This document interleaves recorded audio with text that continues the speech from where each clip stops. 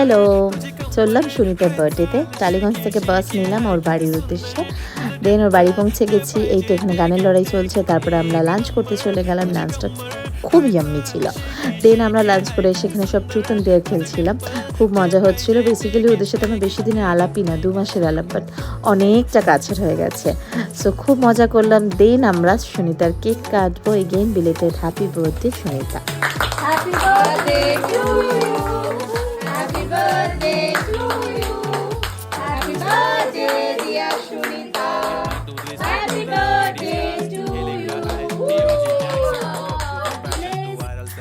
Basically জানো তো, কোনো মানুষকে কাছের বা নিজের করতে অনেক দিন লাগে না। তুমি চাইলে এক মুহূর্তে তুমি তাকে চাইলে কাছের করে নিতে পারবে।